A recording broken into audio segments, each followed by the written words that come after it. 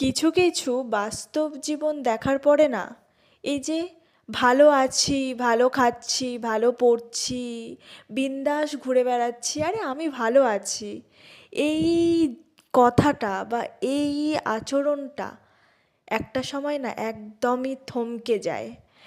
মানে আমরা দেখি বা লোককে দেখাই যে দেখো আমি অনেক ভালো আছি, বা অন্যকে আমি জাজমেন্ট দিচ্ছি যে এইটা এটা করো, এটা ভালো হবে, এটা এটা করো, এটা করবে না। যখন অন্যকে আমরা জাজ করি তখন নিজেকে না আর জাজ করতে পারি না। তখন নিজে কেমন আছি সেটা আমরা কখনোই লক্ষ্য করি না। তখন একটা মানে আমরা ভাবি যে বাবা এটা কেন করছে, এটা কেন হচ্ছে।